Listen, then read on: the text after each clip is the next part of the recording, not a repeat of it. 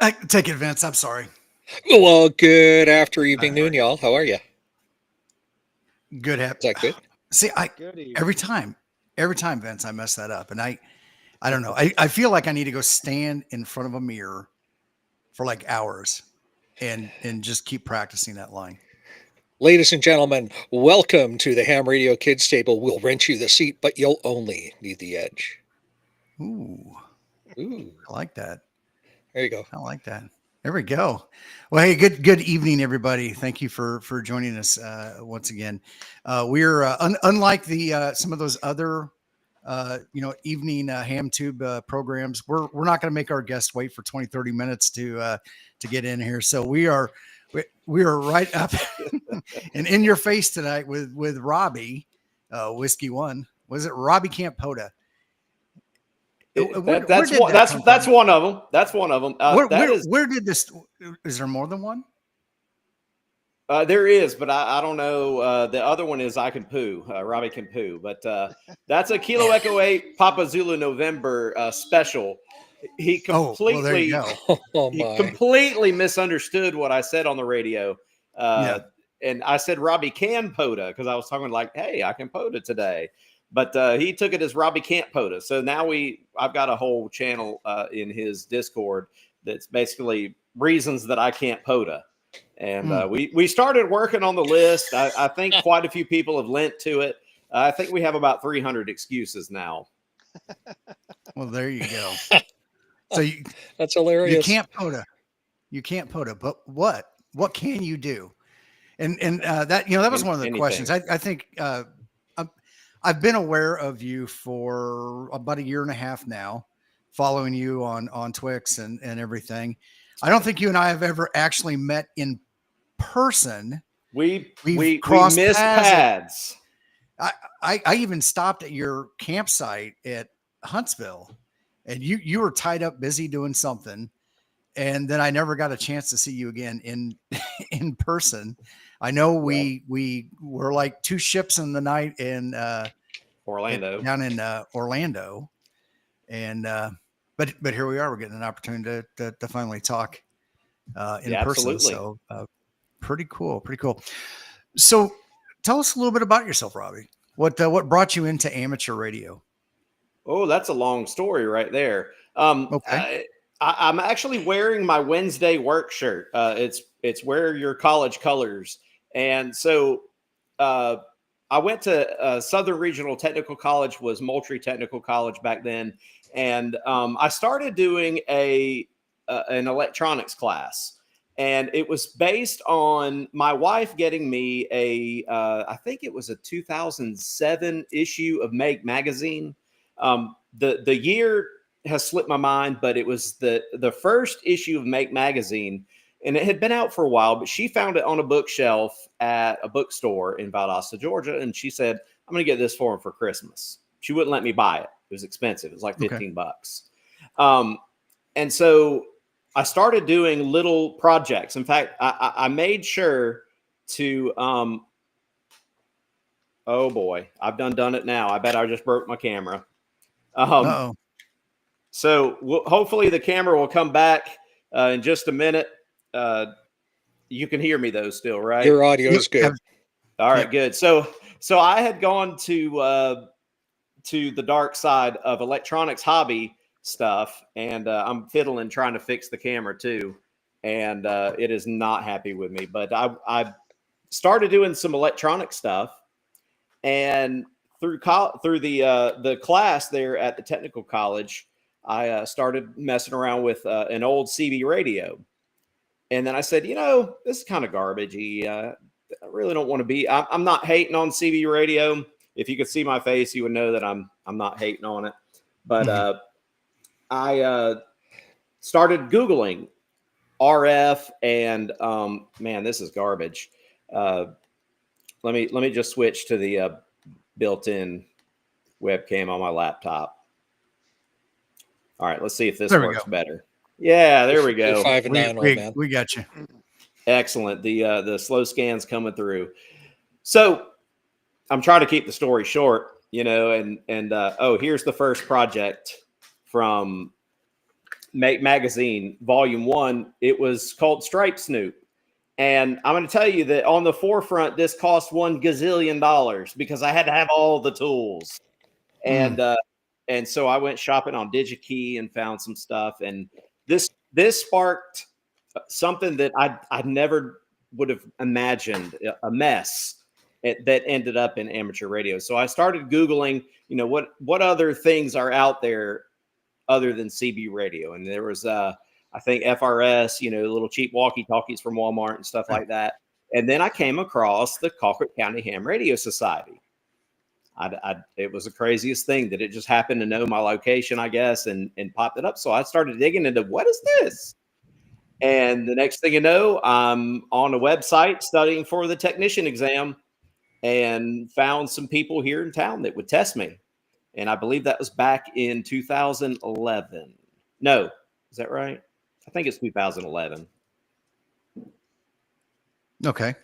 Yeah, the math is mathin'. 2011. The math is mathing. All right.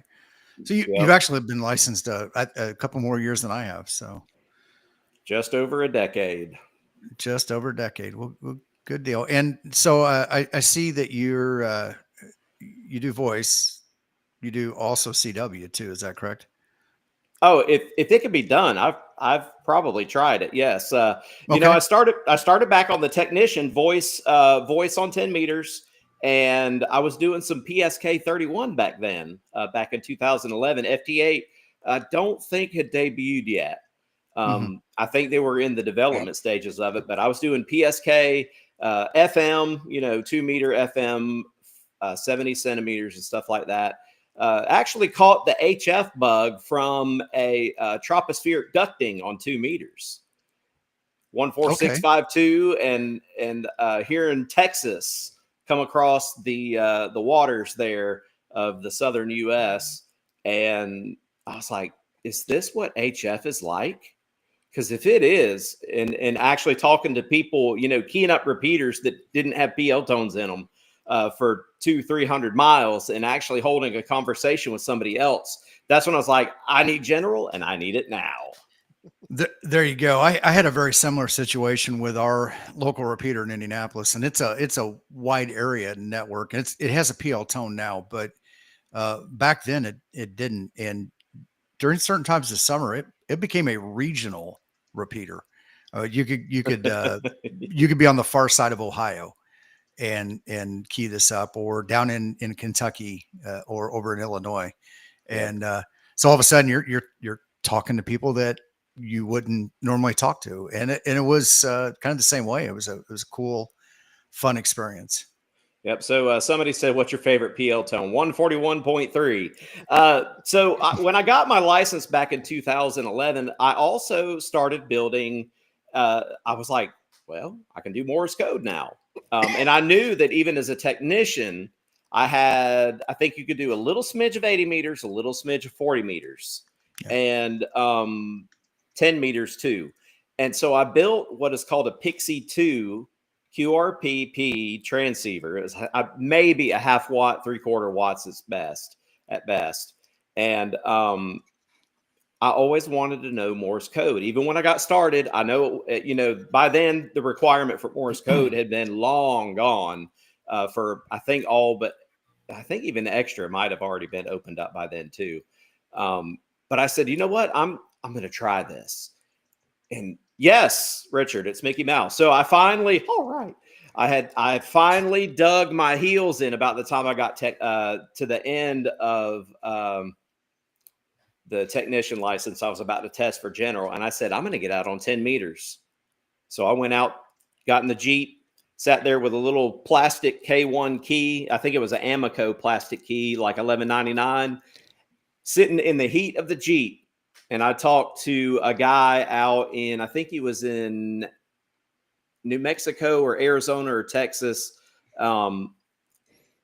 and actually held a somewhat decent CW conversation out there. And so, yes, I definitely enjoy CW. It gets through when voice sometimes doesn't. Because the other night, I'm glad that Kilo Echo 8 Papa Zulu November knows Morse code. And because I could not get him on voice, I had to switch to the key.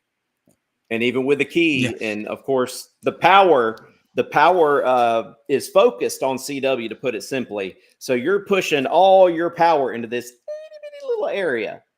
And even then he gave me a 1-1. Oh, It just wasn't happening. James pulling your leg there, or no, he was dead serious. Literally, dead serious. my CW held up his pile up for at least a minute, and by then he'd worked 30 people. Yeah. So, he was nice enough to. He's like, I'm gonna try. He didn't give up on me, and I'm glad. But that's good. So when you learned CW, did you start out with a straight key, or did you go straight to paddles? Or I did. I did start on a straight key. I felt like that was the traditional way to start. I was in the straight key century club, so it was natural to start on a straight key. And I feel like I had more control with a straight key because, if you start squeezing paddles, it's going to do what it's going to do, and it's going to do it right then and there. And so with a straight key, you can, as ugly as a straight key can sound as a beginner, it gives you that feel. And I can't say one way or another, whether starting out on a straight key and sending it yourself, or if you're using electronic keyers to do it and then you're hearing it perfect. I don't know which one's better. I don't have a say either way. I say go out there and do what's going to keep you involved with it. Okay. Recently, I remember seeing a video, and I don't know if your key broke or if you forgot your key, but you're out there taking your cable and tapping it up against the ignition of your Jeep to create a circuit that you're able to at least get out your 10 contacts or what. I think you were there for a POTA activation. That was at Reed Bingham State Park. It was a Sunday morning after band practice before church. And I would always sneak over there because it was only 20 minutes from the church.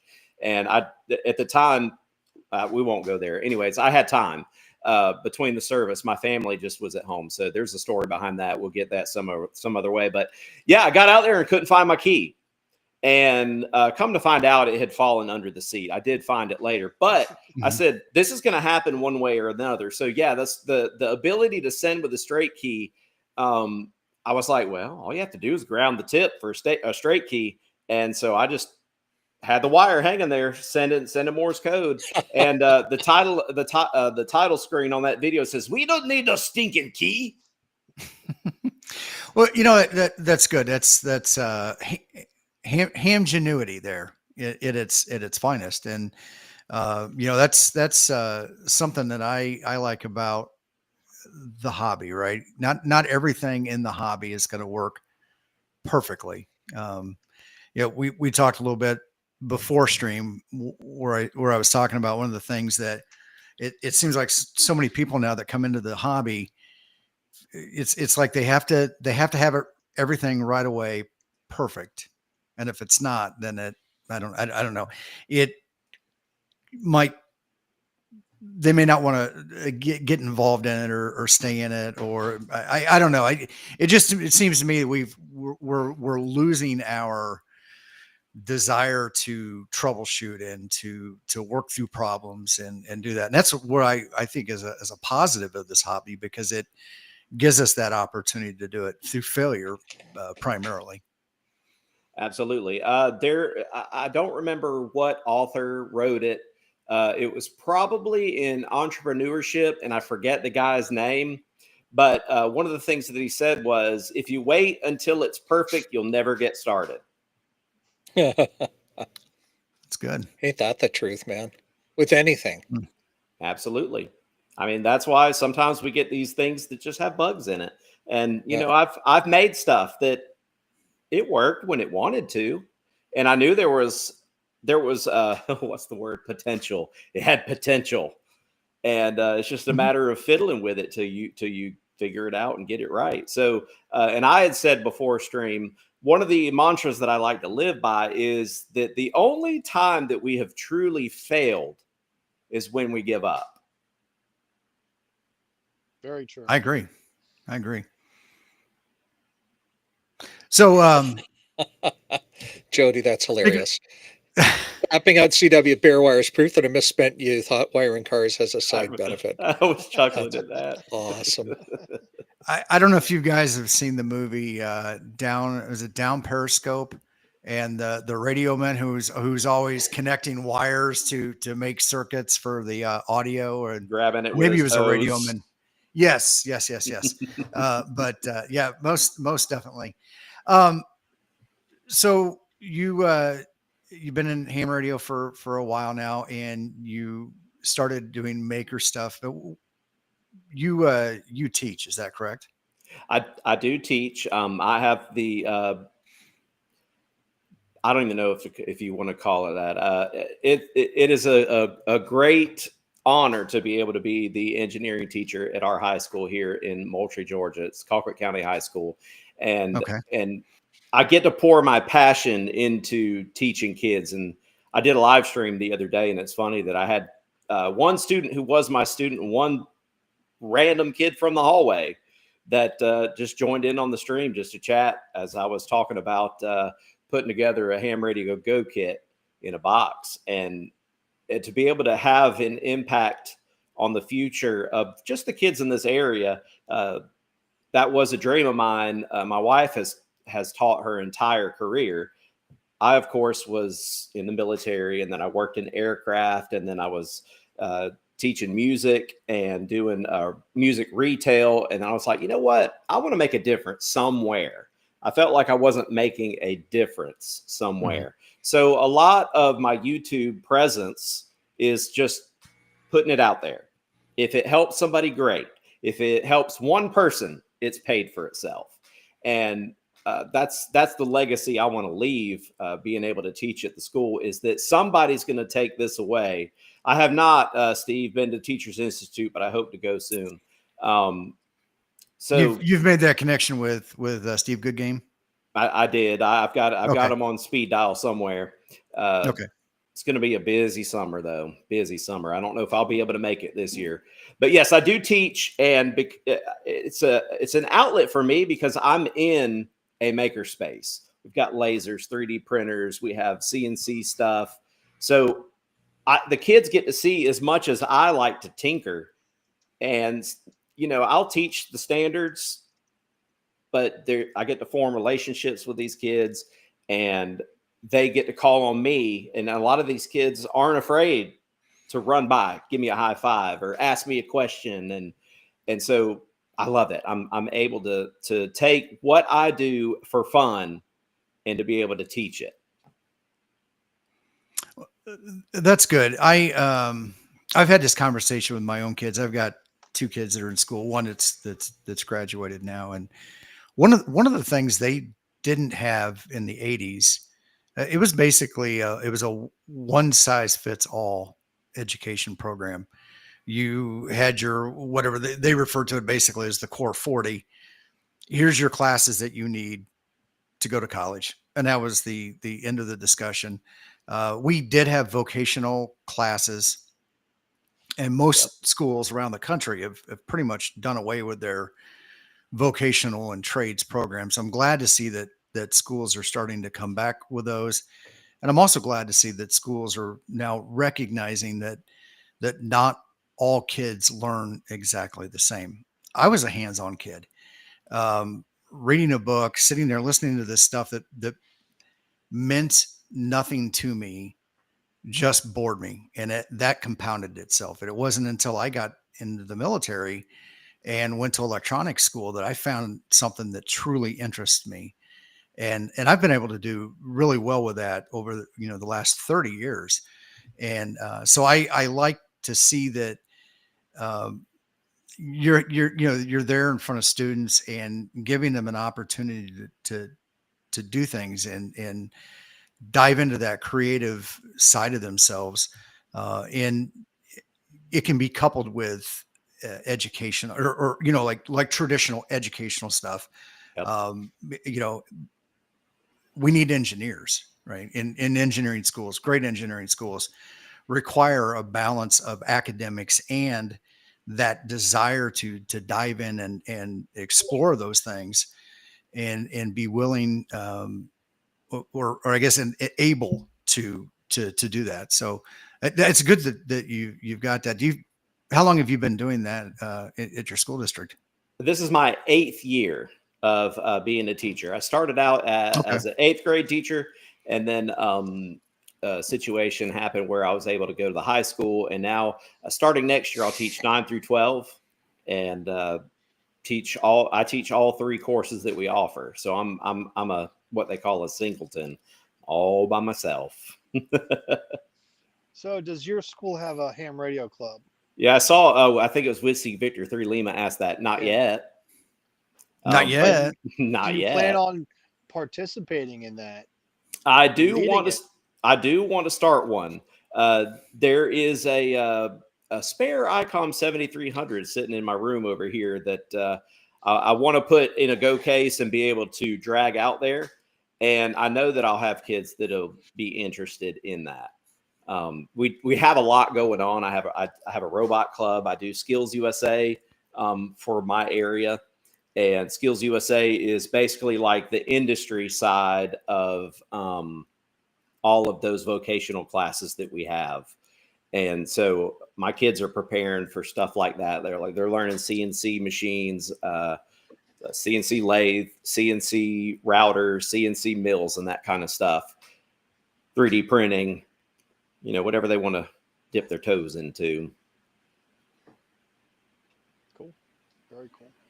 Yep. And it's wild. I have 1,000 thoughts that ran through my head before we got started. And now it's like a river came through and just obliterated everything. Well, that's so not good. so tell us what your latest project is that you're working on that you're getting ready to share with the public. Give us a sneak peek. Okay, well, that's a toughie because I look around the house and my wife did clean the kitchen, so I'm missing quite a few things that are sitting out. But I've got the Arduino antenna switch. I'm still kind of perfecting that. I'm finding that I don't know if it's the computer, it's RF getting into something, but the RF is causing it to switch the antennas randomly, and it's causing the USB to go offline. And I have ferrite on everything, so I've been working on that. I've got the answer for that. That's an ADUM 4160 USB isolator. When ferrites don't work and you have a USB port involved, you get an ADUM 4160.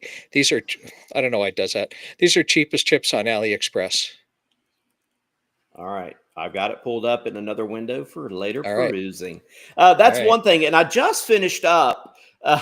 If anybody wants to see a moment of exasperation, last Friday, Eddie, KO4NLL, my bestie, and we did a live stream. I spent a month in Fusion by Autodesk because I have a teacher's account. Another benefit of being a teacher is having a full-fledged Fusion account. In Fusion, I modeled a full Apache case from Harbor Freight with a FT891, an auto tuner. I saw that. Oh, you saw the model? What an amazing model that is. The model was amazing. It wasn't until we tried to close the box at the end of the stream that it was a epic fail. Somebody KY4TRK commented says swing and a miss, and some people would probably be like that jerk. But I was like, that is spot on what just happened. I didn't take into account. I took into account the bottom of the box. Didn't think for a second about the freaking lid. But I stayed up all night Friday night. I think it went to bed about 2:00. I redesigned the head mount for the radio so I could swivel. I realized after I took it off and took it apart that the head would sit perfectly if you just set it straight up. The lid would close. So I said, okay. And that was the 891 head, right? The FT891 head. Yep. So I just took what I had, redesigned it. This is me typing, hitting all the shortcut keys in Fusion, and made it where it would tilt back. I did. They were there. I'm sorry. I tilted it back 45 degrees in Fusion just to see, is this going to work? And put 2 screws with 2 nuts squeezed into the plastic after it was printed, tightened them real good, and now it swivels back so you can see it while you're sitting there, but then goes right back and the lid closes. And so that is another thing that I think I've got a video out on that one. It's called Swing and a Miss. Could I suggest maybe a little bit of graphite on your hinge so it doesn't squeak as much? That's the sound effects. You know, they always add that after post production. So Post production sound effects. Okay. Okay. Yeah. Those video editors. I also I started this project on YouTube, but kind of a primer on how to get into Arduino. And I talked about this over the summer. I think it was. I did a live stream, and it was raising money for the Teachers Institute, where I introduced the Arduino and how you could go to tinkercad.com. That's tinker, like, ooh, I love the tinker. And graphite on the hinge. That's right. And going to tinkercad.com, you can program an Arduino without actually buying one. And team, you guys are close, host. Really? There, now we got it. Me. There me. we go. There we go. So you can go into Tinkercad. You can play with electronics, and you can program actual Arduinos, and it does a really good job of simulating all of that. I did not know that. And it's like man, back when I started doing electronics back in the electronics school that I was at a Moultrie Technical College, was if you wanted SPICE software, it was expensive. And now it's offered for free on the web. You just have to give them a little bit of information, like your email address. And so there's actually quite a few people that are freaking amazing with what they can do in Tinkercad. Kilo Echo 8 Papa Tango X-Ray does stuff in Tinkercad that I can't even wrap my head around sometimes. But I started that primer on YouTube, and I'm working my way towards all the little things to actually create something that is the culmination of all those little things. And sitting on my desk at work is the Arduino Nano that is hooked to a buzzer, a piezo buzzer that has all the squeak stuff built in, so you don't actually have to modulate or use pulse width modulation to make the sound. It just apply 5 volts, bam, you got a noise.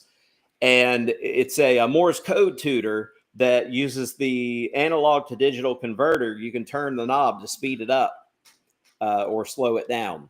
So that is the final product of the videos that I've been working on. But man, it takes so long to edit videos, and that's why I like Thomas K4SWL, man, because he just throws his stuff out there and people love it, but they don't love it when I do it.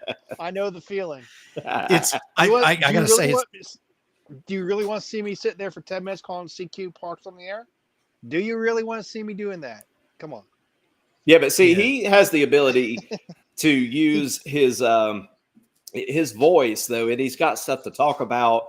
Yeah. And if I'm doing something else, I can't talk and do that at the same time. I don't work like that. Yeah, he's able to talk you through what he's doing, his antenna, his setup.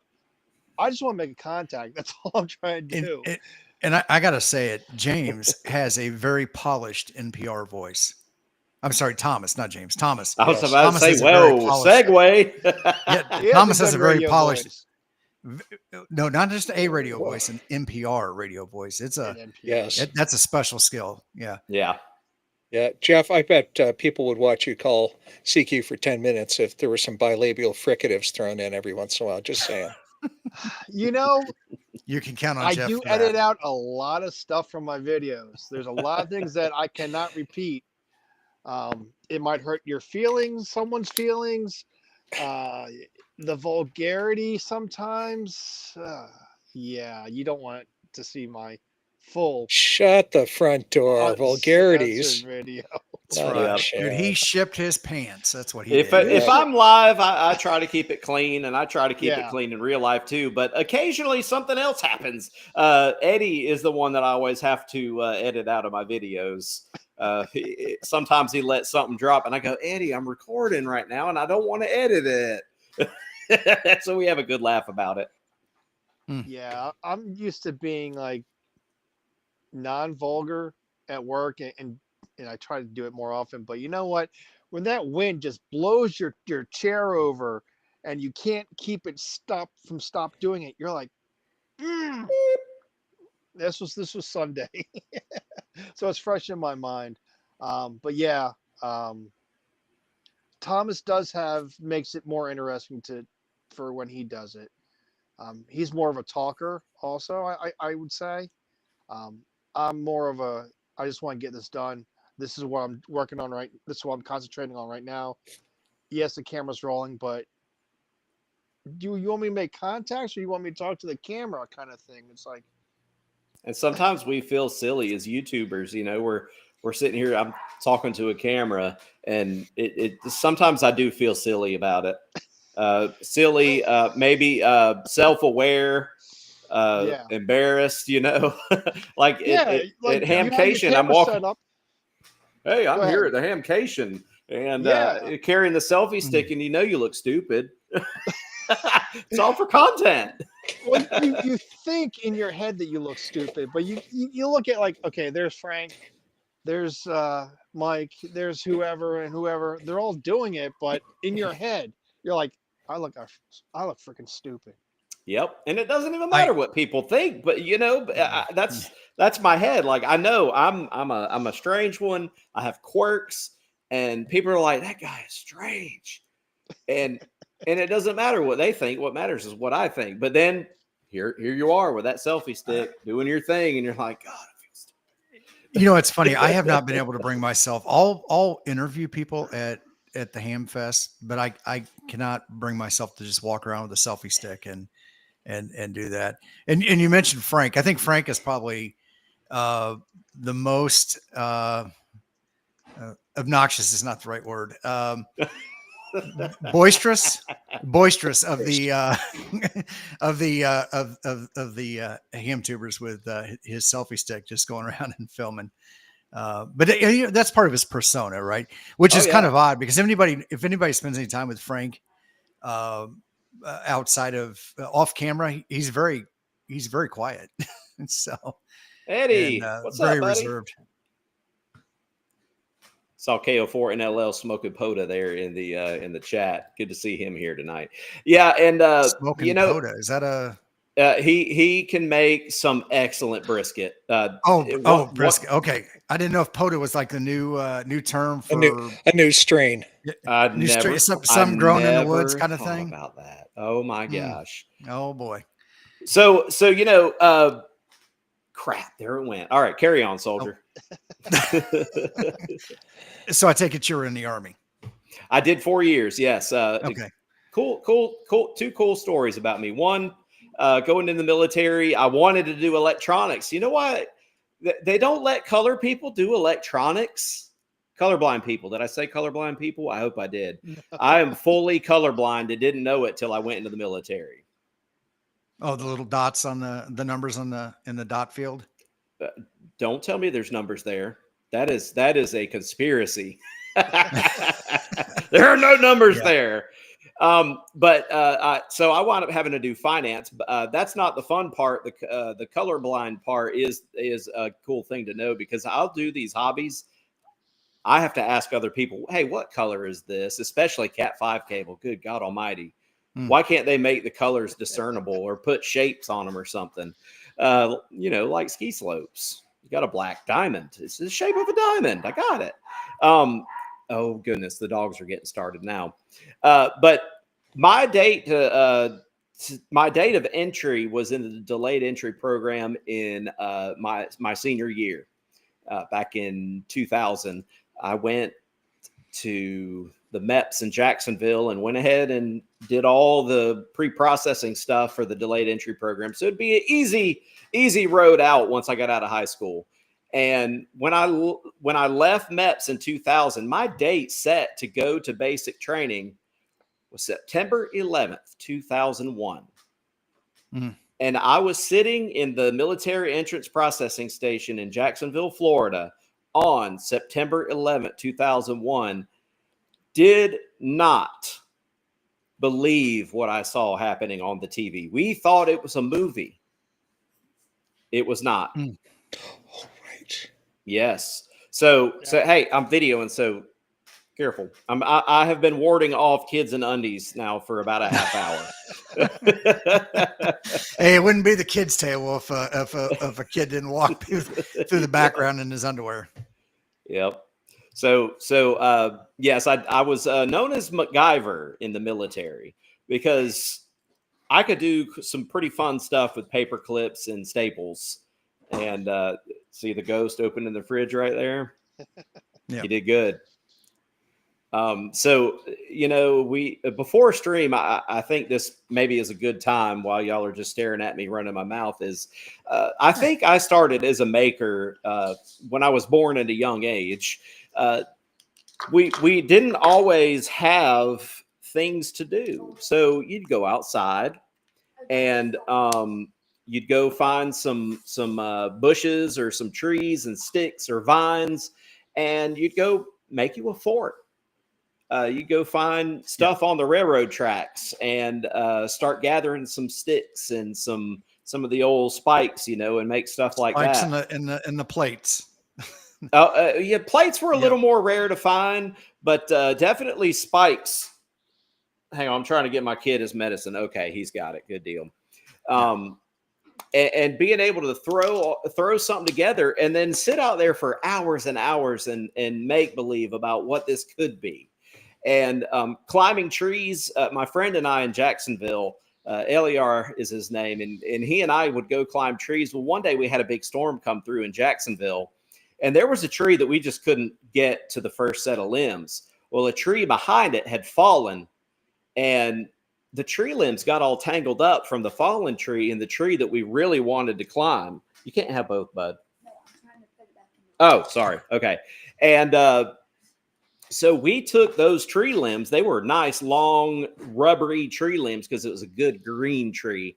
We took and weaved those together and made a ladder out of those tree limbs so that we could climb up into the unclimbable tree and actually go to the top and look out over the neighborhood. And we're talking 70, 80 foot tall oak trees. And, Oh, wow. And so, you have to make do with what you've got. I heard stories of my dad, and maybe I got this from him, but they go out and just play with corn cobs. They'd make darts out of corn cobs. Take a corn cob, jam a nail into it, go find you something fluffy to put it on the back, and they'd play lawn darts with a corn cob, Yeah.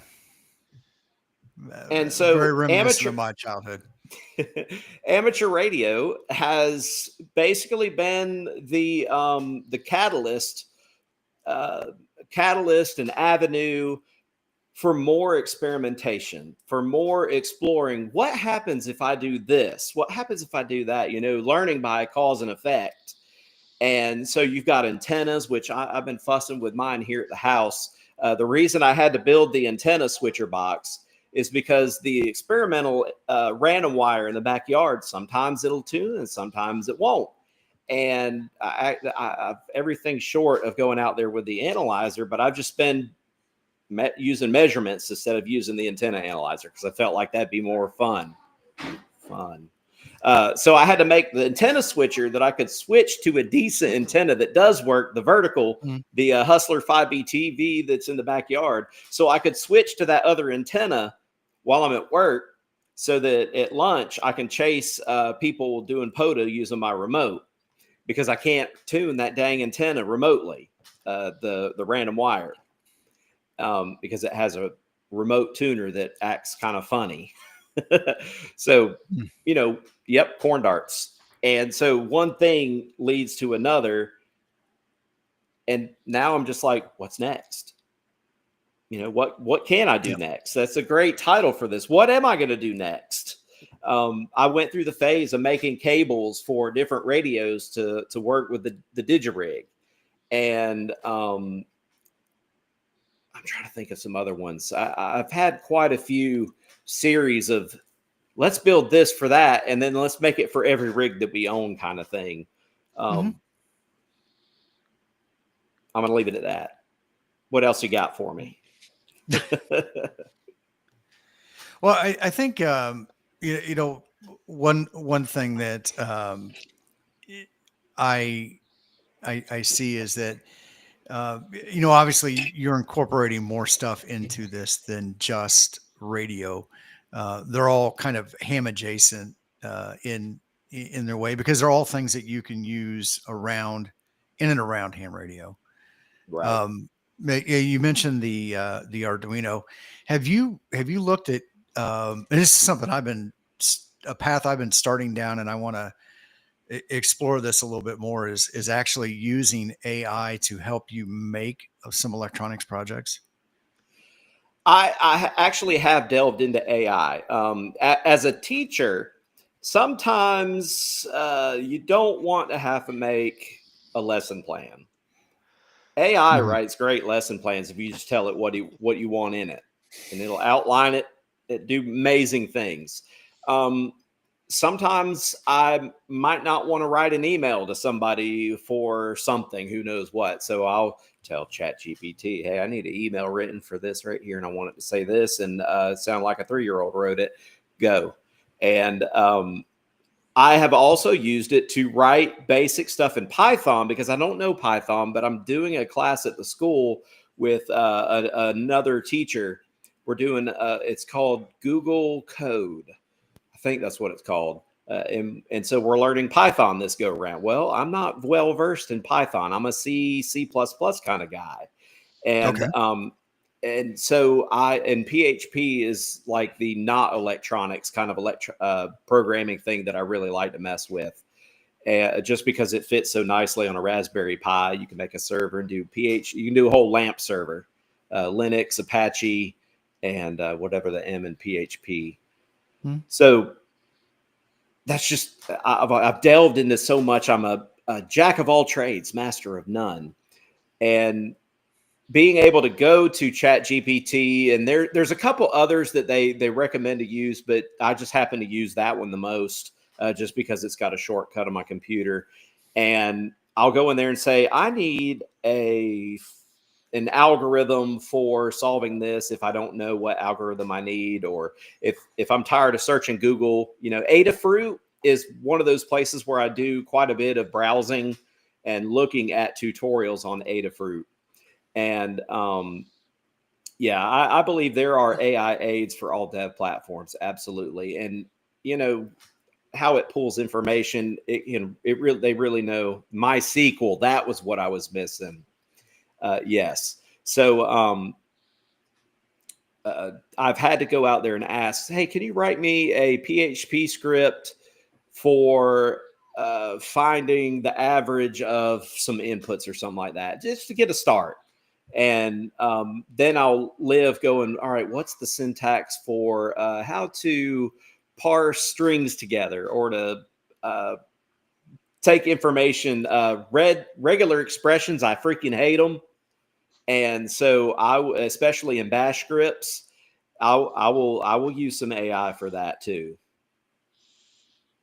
Did I answer the question?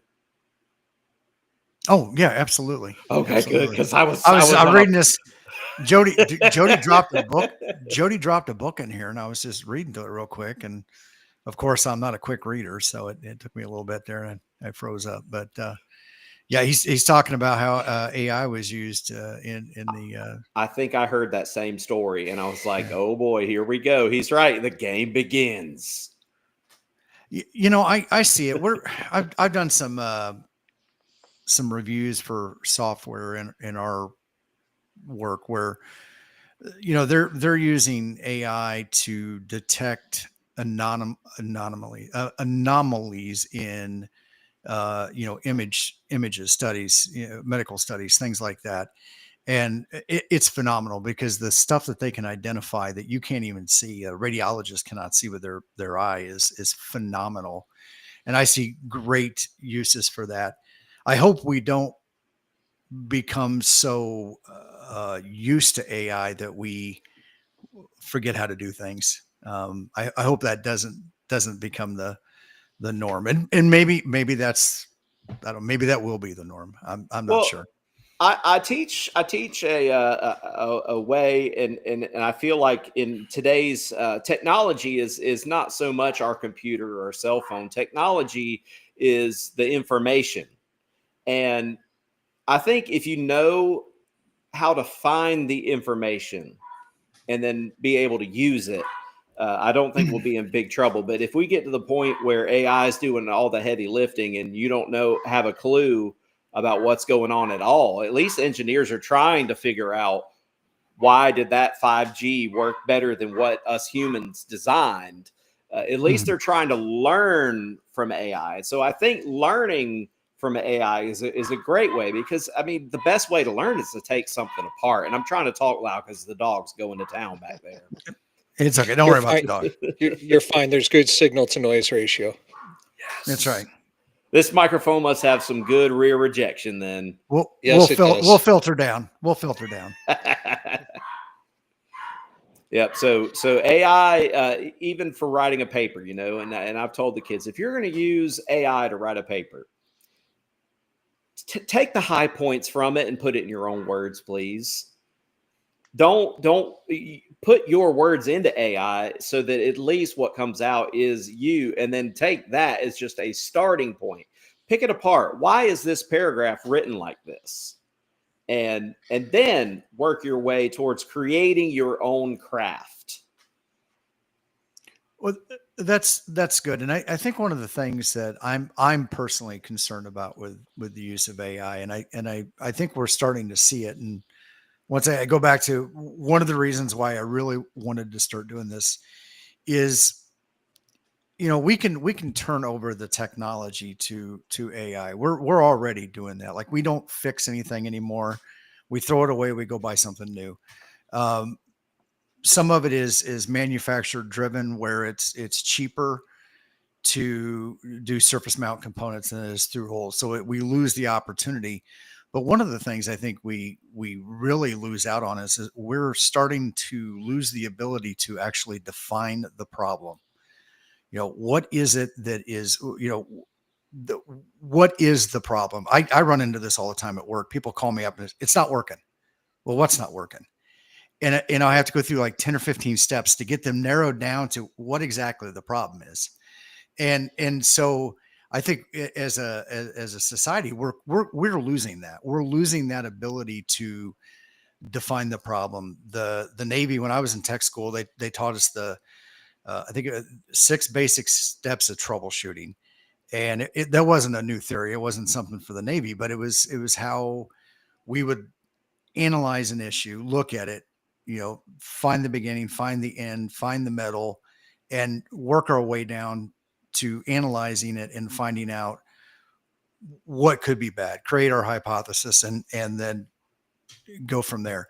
Reboot is the answer. You're absolutely right, John. The troubleshooting always begins at the wall. Is it plugged in? Was it hello IT? Have you tried restarting it, or is your computer turned on? Have you turned it off and back on again? Yeah, hold on. I got. Hey, he's wearing the shirt. Have you tried it? I'm wearing the shirt, mate, and this shirt was made famous now on the Ham Radio Crash Course after chat with Josh. It's like, Josh, have you tried a factory reset yet? But yeah, you go from defining the problem is the first step in engineering a solution, or just design. Period. Like, if I'm doing something on my channel, it's probably because I said I kind of want to try and see what would happen if, and or it comes from making a go box. Everybody makes go boxes of some sort. If you haven't made a go box or even a ham, shoving a bunch of electronics into a steel canister. But then Friday night after, I was like, oh my God, I can't believe this thing's not working. I have a problem. I need to solve it. Dang box lid won't close. So then I sit there and I go, okay, I know what the problem is. I don't just have danger. I have a clear and present danger.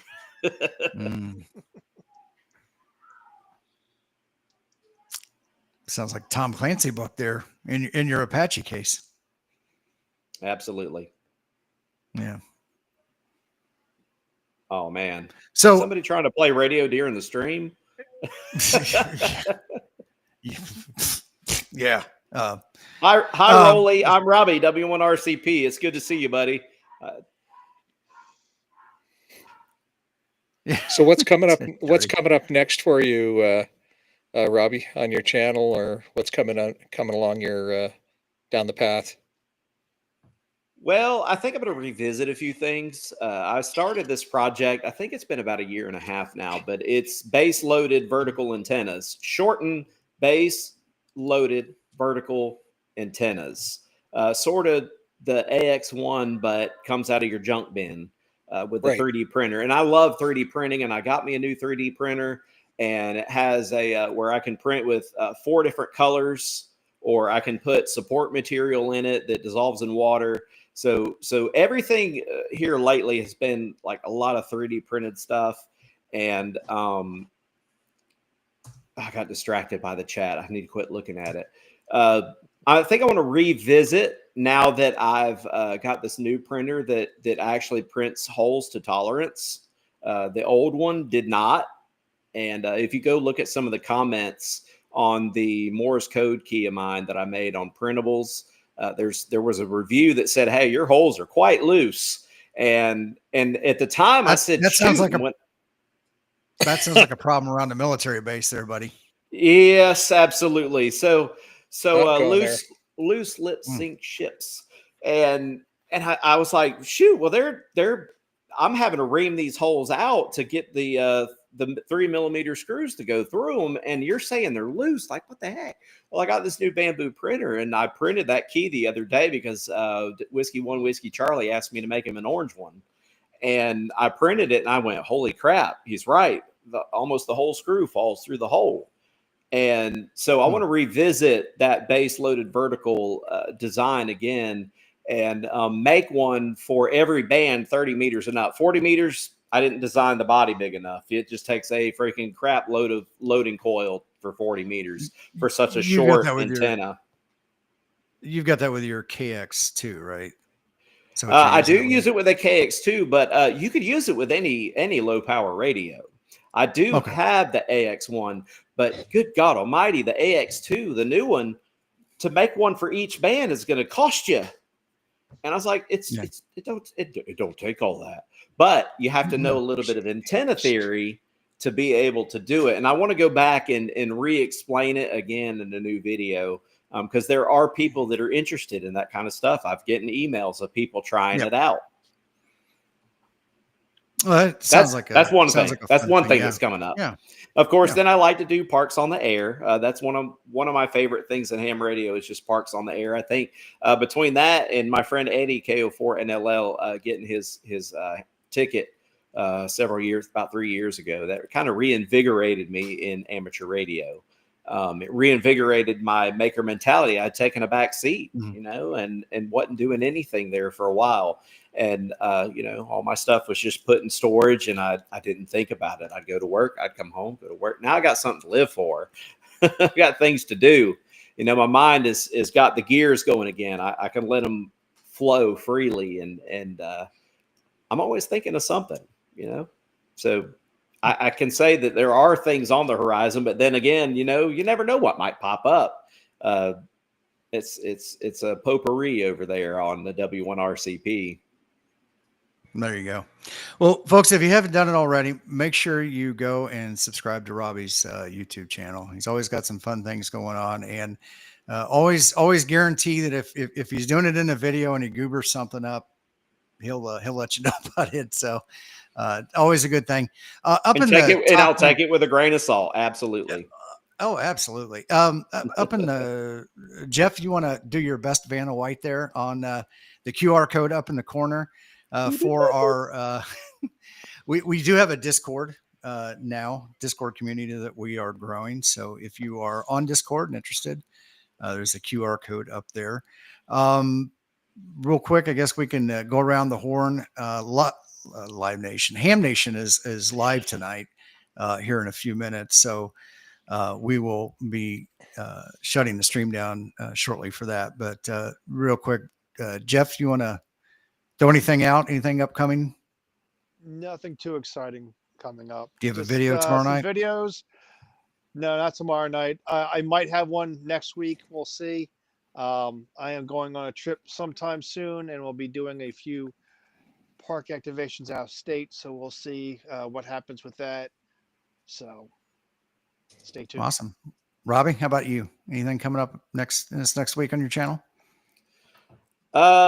I think I'm still visiting videos from about a month ago. I'm working on a video. I did the best that I could at Centennial Olympic Park in Atlanta. They don't really like you to video out there without a permit. Heck, they barely let you play radio out there. But I did go out there about a month ago in February and tried to video some of the area to kind of give you a look of what it looks like there in downtown Atlanta, Georgia, at that Parks on the Air entity. So I am working on that one. And of course, again, editing videos takes me forever. Understandable. Vince, how about you? Ham Radio Workbenches is on the air this weekend, ladies and gentlemen. Sunday from 1800 to 2200 Zulu. Please go visit us at our website, herwabota.com. You will find me there. And if I can get my technology working, I will be live streaming from the back country while I do Her Wabota. So see what happens. And Tim, what about you, man? Well, I'm working on some videos. The sun has finally decided to shine on us here in central Indiana, and it's starting to warm up. So antenna projects, getting the radio and everything moved out of the house and out here to the ham. Well, my wife calls it a ham sandwich, but the ham shed. Those are our the big things. Been doing a regular live stream on Saturdays and Sundays from the park, getting up, grabbing my coffee, and just going to the park and doing some POTA and live streaming. So got that coming up. Let's see here, got different computers. So make sure whether it's control or command. But I am going to put the link in here for Ham Nation for you guys to jump on. Make sure you subscribe to the channel if you haven't done it already. Subscribe to these guys' YouTube channels. Tomorrow night is more video premieres for the YouTube premiere group. And also Coffee and Ham Radios is tomorrow night 2 at 8 p.m. Eastern, 7 Central, which is also now midnight Zulu. So awesome. So with that, I guess we will wish you guys 73 and take care. Yep. And thank you for inviting me to the stream. I appreciate it. Thank you, Robbie. Okay.